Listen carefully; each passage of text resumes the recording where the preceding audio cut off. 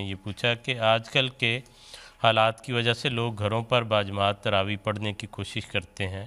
سب کو اس قدر قرآن کا حصہ یاد نہیں ہوتا کہ وہ تلاوت کر سکیں، تو کیا وہ قرآن سے دیکھ کر تراویح میں تلاوت کر سکتے ہیں؟ جی، حضرت صلی اللہ علیہ وسلم نے فرمایا ہے کہ سلو کما رأیتمونی اصلی، کہ تم اس طرح نماز پڑھو جیسا کہ تم نے مجھے نماز پڑھتے دیکھا ہے. حضرت صلی اللہ علیہ وسلم کی زندگی اس بات پر گواہ ہے کہ کبھی آپ نے قرآن کریم کھول کر دیکھ کر پڑھ کے ہرگز تلاوت نہیں کی، نہ نفل میں نہ فرض نماز میں. اسی طرح کسی صحابی نے آپ کے سامنے قرآن کریم کھول کر سامنے رکھ کے تلاوت ہرگز نہیں کی.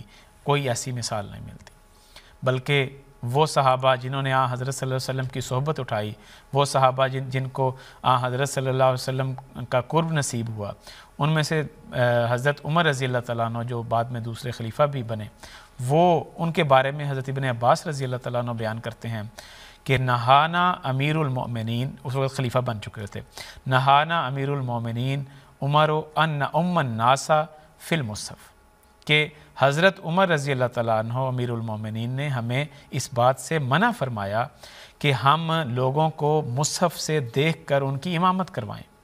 تو بہت واضح، بڑا واضح ارشاد ہے حضرت صلی اللہ علیہ وسلم کا. اس کے بعد ہم آگے چلتے ہیں. فقہ کے جو امام ہیں جن کے بارے میں حضرت مسیح موعود نے فرمایا کہ مجھے ان سے مشابہت بھی ہے، حضرت امام ابو حنیفہ.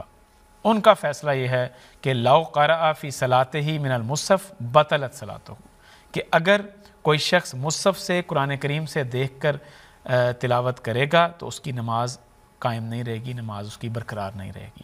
اور اس کے پیچھے وجہ بھی ہے. اس کے پیچھے وجہ یہ ہے، دیکھیں کہ حدیث میں آتا ہے کہ جب آپ نے نماز پڑھنی ہے تو آپ کی توجہ خدا تعالیٰ کی طرف ہو، نماز میں خشوع اور خضوع ہو. اور آنسوں نے فرمایا کہ سجدہ گاہ کی طرف توجہ رکھنی چاہیے.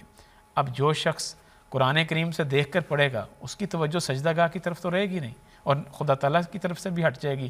ایک طرف سے وہ صفحے پلٹے گا، پھر توجہ کرے گا، پھر قرآن کریم کو سائڈ پہ رکھ دے گا. تو یہ ایک جو نماز کا جو اصل مقصد ہے وہ فوت ہو جائے گا.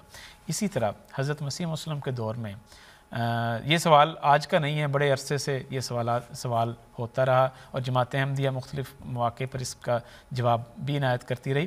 حضرت مسیح موعود وسلم سے بھی یہی سوال ہوا. حضرت مرزا یعقوب بیگ صاحب نے یہ سوال کیا تو حضرت مسیح موعود وسلم نے فرمایا کہ اس کی کیا ضرورت ہے، آپ چند صورتیں یاد کریں اور اسی طرح اس کو پڑھ لیں.